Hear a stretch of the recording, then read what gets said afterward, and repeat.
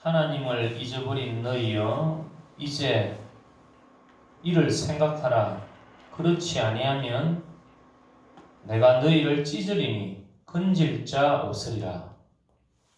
감사로 제사를 드리는 자가 나를 영화롭게 하나니 그의 행위를 옳게 하는 자에게 내가 하나님의 구원을 보이리라. 아멘. 할렐루야. 아멘. 늘 하나님을 기억하시고 하나님의 은혜를 받는 그런 삶이 되시기를 축복합니다. 아멘. 오늘은 하나님을 잊지 마라라는 제목으로 함께 시편의 50편에 있는 말씀을 나누기를 원합니다.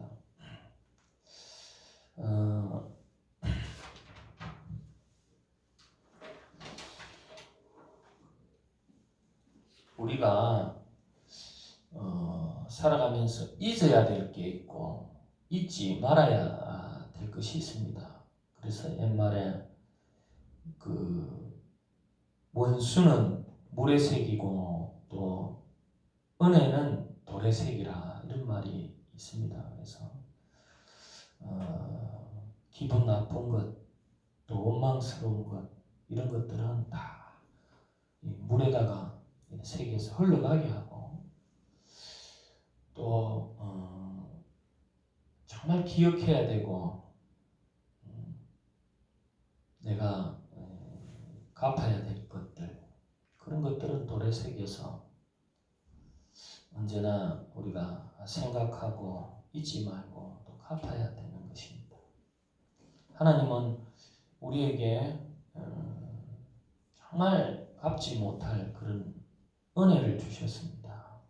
그것은 바로 우리의 죄를 대신해서 그 독생자를 보내주시고 그 독생자께서 십자가 지시고 그렇게 죽으시고 또 3일 만에 부활하셔서 우리를 구원으로 인도해 주시고 영생으로 인도해 주셨습니다. 그 은혜는 항상 잊지 말아야 돼요. 근데 이제 그 은혜를 주신 이유가 있는 거예요. 왜 그런 은혜를 주셨을까? 왜 예수 그리스도를 보내주시고 그렇게 우리가 도저히 갚지 못할 그런 은혜를 주셨을까?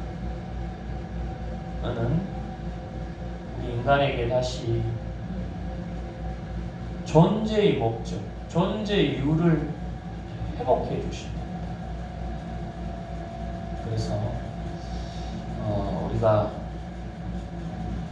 무엇으로 살아가야 되는 것인지, 어떤 것으로 살아가야 되는 것인지,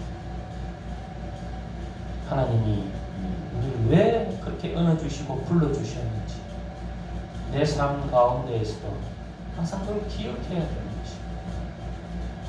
구약에 보면 사울은 이스라엘의 초대 왕으로서 아주 베냐민 지파, 작은 지파에서 이렇게 하나님의 은혜로 왕이 되었는데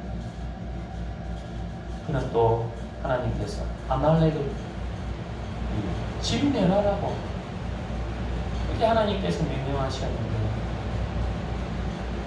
그런 어떤 하나님의 뜻을 거역하고 자기가 하나님의 은혜로 왕이 되었고 하나님의 뜻을 따라 나아가야 될 존재,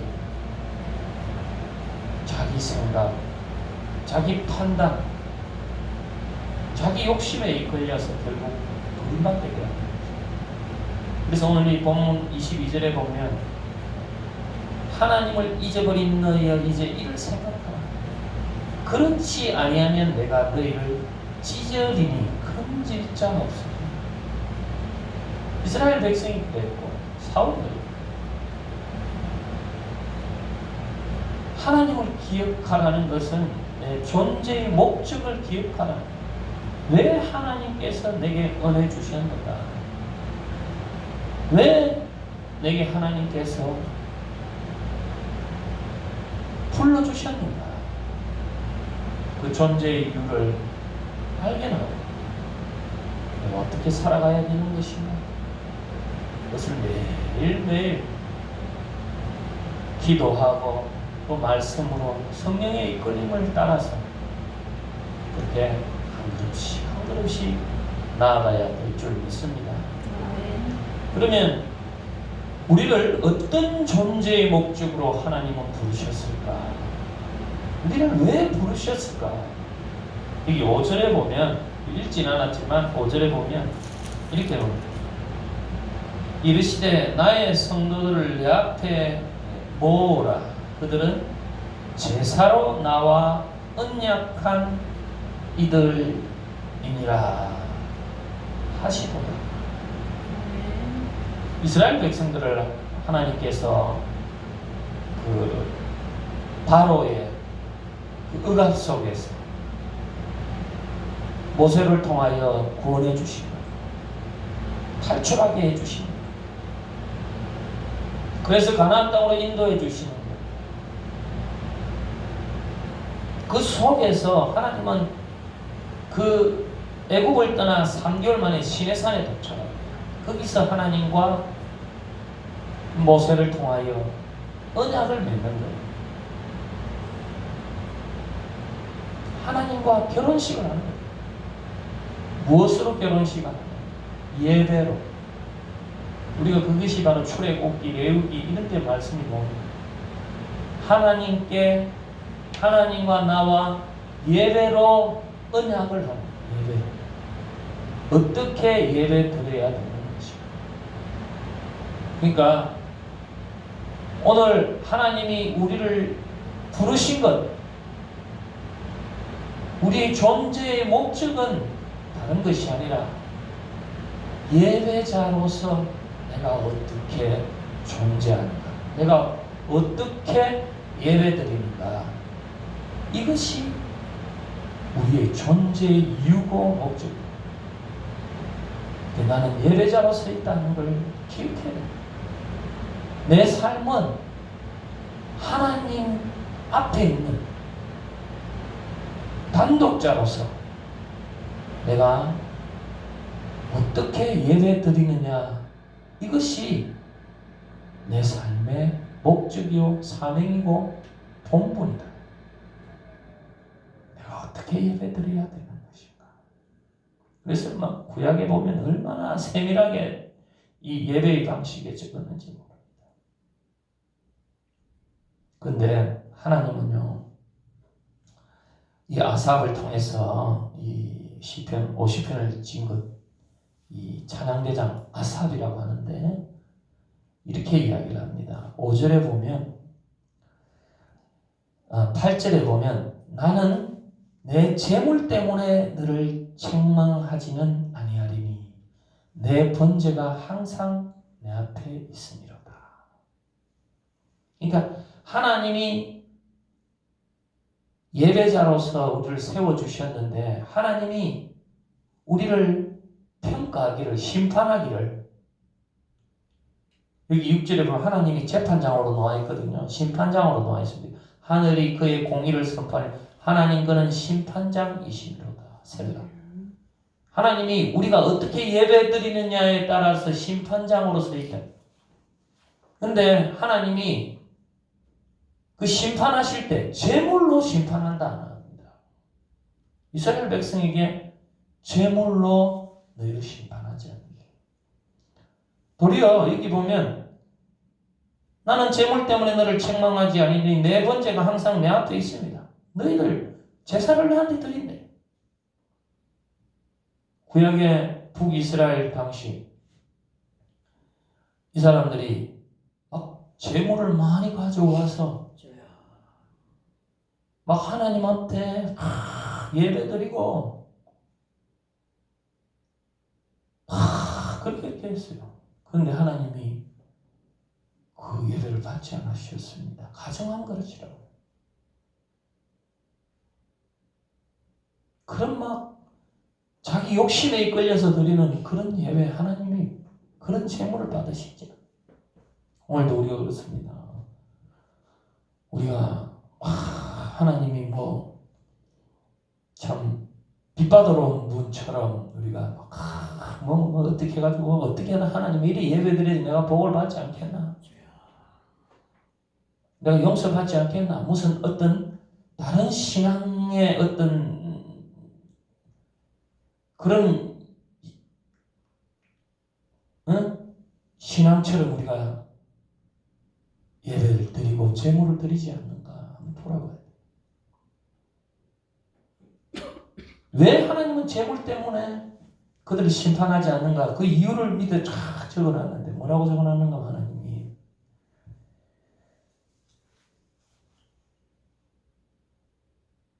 12절에 보면 핵심적으로 이럽니다. 내가 가령 줄여도 내게 이르지 아니할 것은 세계와 거기에 충만한 것이 내 것이거든. 그러니까 하나님 이 땅의 것은 전부 다 사실 하나님 건데 내가 너한테 뭐 빚받으러 온 사람처럼 내가 뭐 굶주려서 내가 없어서 너희들한테 그런 재물을 내가 기뻐하고 그것을 받겠느냐. 그거로 내가 너희들 심판하는 것이 아니다. 그래서 신약에 보면 예수님께서 두렵던 여인, 아주 작은 돈이라도 그 여인의 그 재물, 그걸 작아도 이렇게 칭찬하시고 그걸 기념하셨어요. 그리고 하나님이 구약에도 예배드릴 때 아주 형편이 어려운 사람은요, 비둘기, 아주 비둘기, 산비둘기 이런 걸로 형편에 맞게 그렇게 했지. 하나님이 막 억지로 뭔가 해서 때로는 조금 그런 분들이 좀 억지로 막 재물을 막 이렇게 내야 뭐 복을 받는다느니 뭐 이런. 그런데 혹시나 현혹되지 않기를 바랍니다. 하나님은 그런 걸로 이렇게 하나님이 뭐 그런 분이 아니라는 것 이 성경 말씀에 놓아요. 그런 형식적이고 무슨 우리가 생각하는 그런 어떤 비좁은 것으로 하나님은 기뻐하시는 게 아니라 우리가 생각. 그러면 어떻게 하나님은 예배드리는 것을 기뻐하시고 하나님이 즐거워하시는 것인가? 그것은 한마디로 말하면 자세를 보는 겁니다. 자세. 그 사람의 마음가짐. 그래서 우리가 신약에도 보면 요한복음에 사마리아 여인과 예수님께서 할 때 어떤 장소나 어떤 그런 어떤 지역적인 것을 이야기하는데 예수님은 그렇게 이야기합니다. 그 여인에게 결국에는 영과 진리로 예배할 때고 어떤 장소에 국한되는 것이 아니라 그 사람이 신령을 다해서 그리고 하나님의 뜻을 따라서 진리로 예배드려야 된다. 바로 우리 자세가 놓아요. 어떻게 하나님께 예배하는가? 우리 정말 그런 거 있잖아요. 영혼 없는 대답 이런 거 있잖아요. 형식적인 대답 이런 거 하나님이 받으시는 게 아니다. 분명히 이야기해요. 우리들도 그렇잖아요. 어떤 사람이 뭐 했는데 내 이야기 한참 했는데 그냥 자기는 딴 생각 푹 하면서 이렇게 해준다. 그렇게 리액션 해준다고 그 사람이 본심 있는 게 아니잖아요. 실제로 저 사람이 애절하게 자기가 자기 고백을 하고 자기 아픈 마음을 이야기하고 맞지? 정말 영혼 있게 너 정말 힘들지? 이렇게 리액션 해주고 좀 이렇게 맞장구 치주면 그게 진짜 영혼이 실리고 정말 그 사람에게 위로가 되는데 그래? 그렇지? 뭐 이렇게 영혼 없는 대답을 하면 그 사람이 기분 좋겠습니까? 좋지 않잖아요. 하나님도 그런 거예요. 쉽게 표현하자면 어떤 형식적이고 어떤 지역적이고 자기중심적인 예배 그런 게 아니라 어떤 마음가짐 그게 물질이 작고 많은 이런 것이 아니라 내가 어떤 상황 가운데서도 어떤 마음가짐을 가지고 어떻게 예배 드리느냐 그것을 하나님이 기뻐 받으신다. 모쪼록 우리들은 다 정말 영과 진리로 힘들고 어려워도 그런 가치 가치 있는 예배자가 되시기를 축복합니다. 아멘. 그게 바로 핵심적으로 이 23절에 놓아 있는 겁니다. 먼저 감사로 제사를 드리는 자가 나를 영화롭게 한다. 정말 영혼을 가지고 정말 진심을 다하여 예배드리는 것은 감사의 예배다. 감사의 예배다. 오늘 추수감사절인데요. 영국에서 그렇게 신앙의 자유를 찾아서 미국으로 갔던 그 신앙인들, 그 사람들 어렵고 힘들어도 그렇게 감사하고 그랬던 게 계기가 되지 않았습니까? 어려울수록 힘들수록 그렇게 하나님을 더 인정하는 거. 그게 진짜 감사고 그게 진짜 예배다. 이 감사는요 결국에는 한마디로 말하면 하나님이 하나님 되는 것을 인정하는 겁니다. 하나님의 주권을 인정해 주는 겁니다. 이게 무슨 말인가 하면 우리가 예를 들어서 어느 집에 좀 빌붙어 살고 있다. 예를 들어서 근데 그 집주인이 누군 거 보니까 A라는 사람이에요. 근데 빌붙어 사는 사람이 자기가 이렇게 마음대로 살고 있는데 실제로 보면 A라는 사람이 주권을 가지고 있고 그 사람이 주인이에요. 근데 이 주객이 전도대가 자기가 주인인 척 살아가는 사람들이 굉장히 많아요. 오늘 우리가 이 세상을 살아가는 것도 그렇습니다. 이 세상의 모든 주인, 우리 생명의 주권자, 우리 모든 주인은 하나님임을 인정하는 것. 그게 바로 하나님의 주권을 인정하는 거고 이거는 신학적으로 굉장히 중요하고 신앙적으로 굉장히 중요한 겁니다. 그래서 결국에는 이 주권을 인정하고 믿음으로 나아가는 건 한마디로 하나님께 맡기는 겁니다. 모든 삶을 하나님, 이 모든 세상의 중심이 하나님이 있고 내 신앙의 중심이 하나님께 있는 아멘. 내가 살아도 하나님이 지켜주시지 않으면 내가 걸어가도 하나님이 보호하시지 않으면 나는 살 수 없는 존재다. 때로는 억울한 일 당하고 힘든 일 당해도 그 속에서도 하나님의 주권을 인정하는. 그래서 하박국 선지자가요. 누차 말씀드린 게 굉장히 소중한 겁니다. 당시 이스라엘 백성들이 가난한 사람 억압하고 횡포가 심한 거예요. 하박국이 볼 때는 하박국 의분이 좀 강한 사람이에요.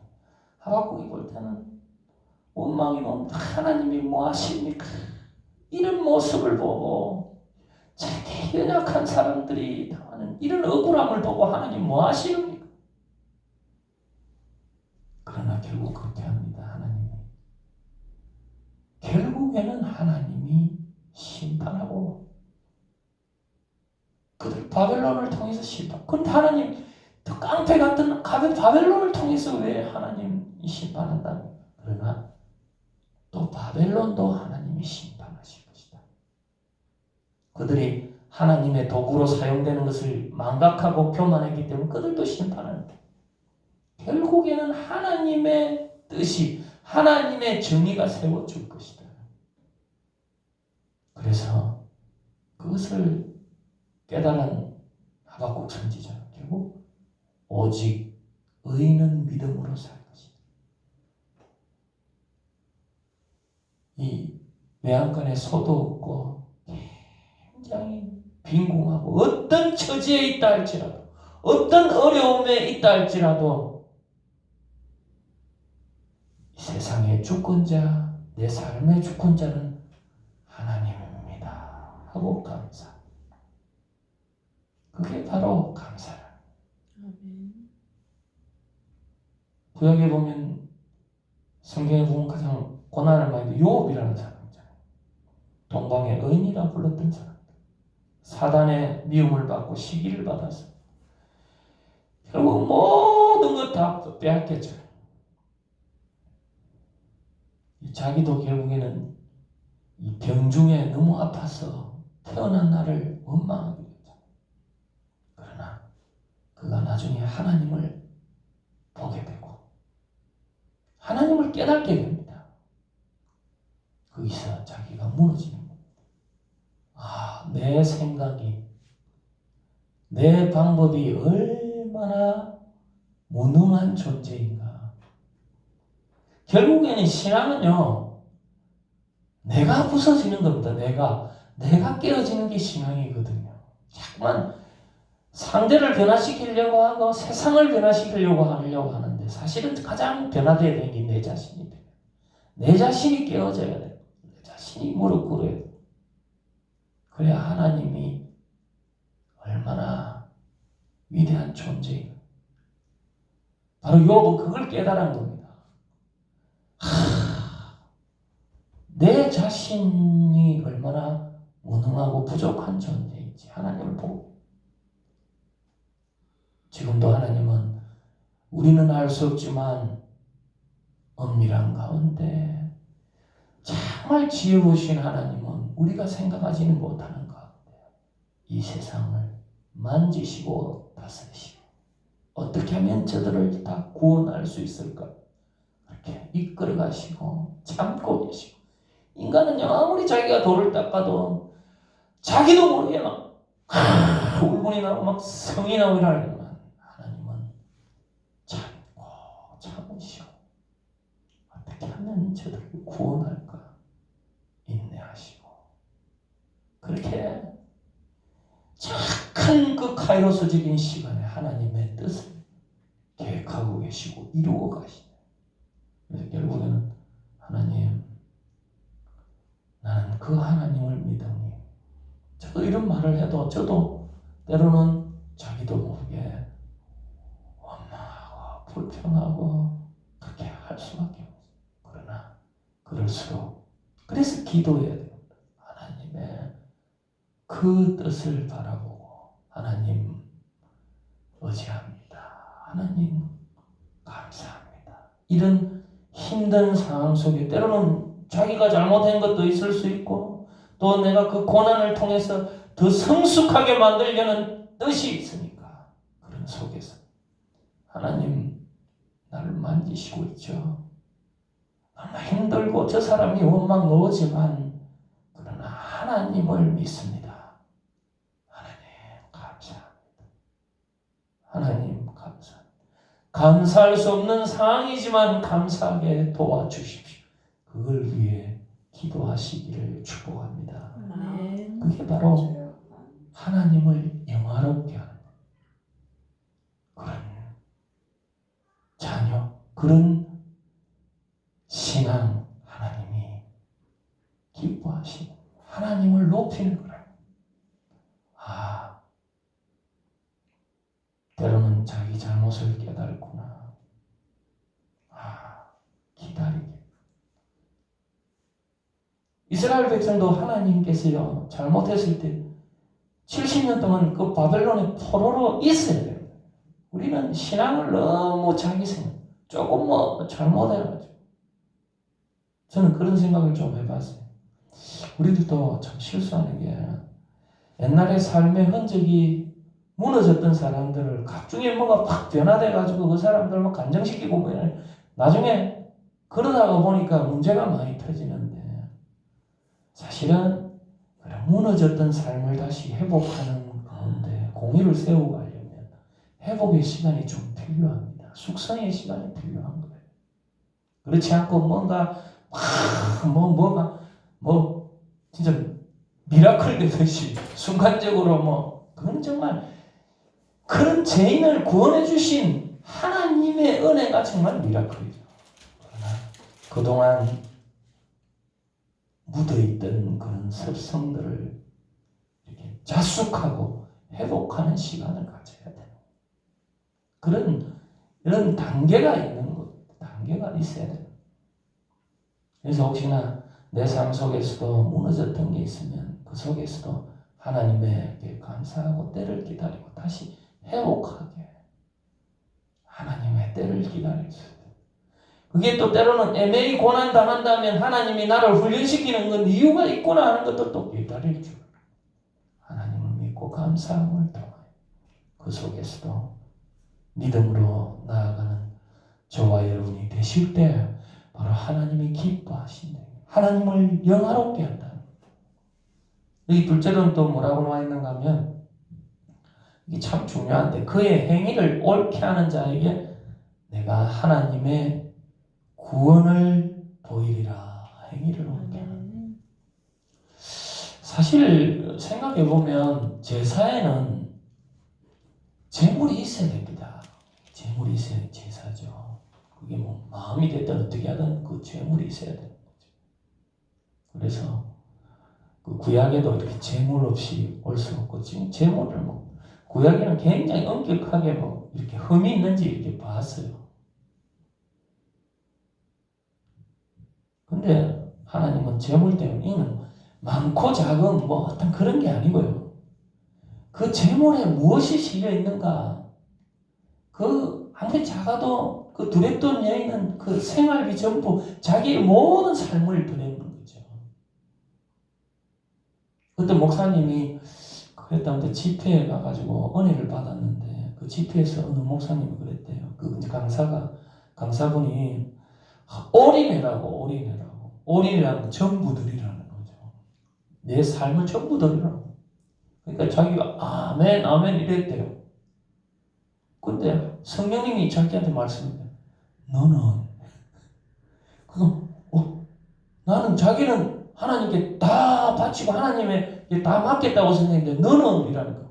하나님 저는 이 사람이 원래는 뭐 돈을 많이 벌는 그런 욕심을 그런 마음을 가졌는데 그거 다 내려놓고 이제 하나님 이제 뜻대로 좀 목사로 나아가는데 이제 남은 거라면 책도 좀 책 몇 개 하고 뭐 이렇게 뭐 재산도 없는데 뭐 하나님 내게 뭐 너는 이렇게 이야기하시는 마음입니까? 하나님 뭐라고 하십니까? 너 자신을 바치라. 그게 아니라 하나님이 원하는 건 뭐 어떻게 네가 뭐 이렇게 가진 것 이런 게 원하는 게 아니고 하나님이 진짜 원하는 것은 너 자신을 바치라는 거. 너 자신을. 너 자신이 하나님의 사람으로 하나님께 온전히 올인해라. 그래서 구약의 제사도 보면 그 제물이 사실은 나를 대신해서 되는 거. 내가 죽지 못하니까 제물을 대신 죽어서 제물이 대신 부서져서 그렇게 가루로 드리는 거예요. 그래서 우리가 제사는 사실은 내 자신이 죽는 거예요. 내 자신이 꺾이고 내 자신이 깨어들어서 하나님께 드려지는 겁니다. 그런데 그 제사가 옳게 드려져야 돼요. 옳게.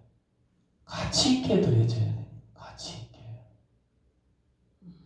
이렇게 깨어지고 이렇게 부서지고 죽어야 되는 것은 희생이 따라야 된다는 거죠. 그러니까 제사에는 희생이 꼭 있어야 되는 겁니다. 희생 없는 제사가 어떻게 구원에 이룰 수 있습니까? 예수 그리스도께서도 자기를 우리의 죄 대신 자기가 그런 어떤 속죄 제물이 되었기 때문에 구원에 이르는 거예요. 그러니까 제사에는 희생이 있어야 돼요. 이게 가치예요. 이게 가치입니다. 이게 이 예배의 가치죠. 자기 포기가 있어야 돼요. 자기 포기. 하나님의 뜻을 세우기. 예수 그리스도께서 십자가에서 진정한 속죄 제물, 속죄의 제사가 드려졌을 때 자기를 포기하고 자기를 내어 던졌잖아요. 왜? 하나님의 뜻을 믿기 때문에. 그것이 옳기 때문에 자기를 버리고 그러겠다. 우리도 정말 제사를 드리는 것, 우리의 행위를 옳게 하는 것은 내 자신을 포기하고 내 자신을 깨트리고 참 가치 있는 것, 참 옳은 그 주님의 뜻을 따라가야 되는 것이 제사다. 제사다. 내 중심적으로 내가 옳게 여기는 것, 그런 것을 따르면서 나는 예배자의 삶을 살아갔다. 이거는 예배가 아니라, 진정한 예배는 내 가치가 아니라 하나님 가치를 존중하고 하나님의 뜻을 위해서 내 자신을 포기하는 거예요. 당시 이스라엘 백성들이 아까 전에 말씀드린 재물 막 갖고 와서 드리는데 하나님은 그 재물을 받으시지 않는 거예요. 그 재물을 원치 않는 거예요. 그 삶에 있어서는 가난한 사람, 정말 억압하고 또 삶에 자기 목적대로 살아가면서 하나님 앞에 그것으로 뭐 얻어도 수익이, 이거는 나는 하나님한테 예배 잘 드렸다, 이것이 하나님이 원하는 예배가 아니라 진정한 하나님의 것. 작지만 보잘것없어도 세상 사람과 비교하지 말고 세상이 쫓는 욕심대로 따르는 것이 아니라 거슬려서 하나님이 원하는 예배, 하나님이 이 중심이 되는 예배,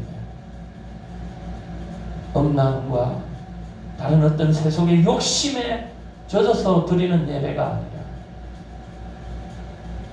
그 삶 가운데 부족해도 때로는 열매가 없어도 내가 하나님과 말씀을 나누고 하나님과 기도하고 성령님을 통해서 응답받고 그 작은 것으로도 감사하면서 하나님의 뜻을 쫓아가는, 다른 사람들은 비웃을지 몰라도 그것이 하나님의 뜻이라면 나를 포기하고 드려질 수 있는 그런 예배, 어떤 외식으로 드려지는 예배가 아니라 중심으로 하나님을 찾는 예배, 그것을 하나님은 기뻐하신다.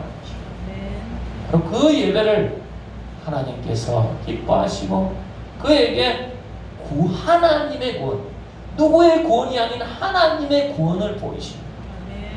예수 그리스도가 그 구원을 이루셨고 오늘 우리에게도 그런 하나님의 구원을 이루어 가시고 고자 하는 것이 하나님의 뜻입니다.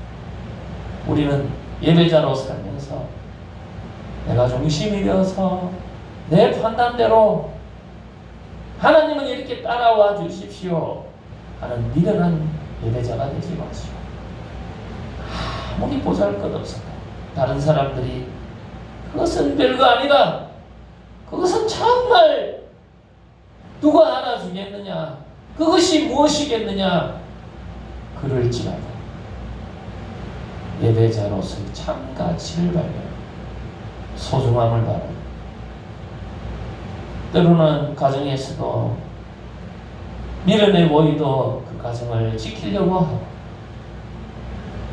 또 작지만 이웃에게 배려하려고 하는 그 사람, 그런 가치로 예배를 드리고 그렇게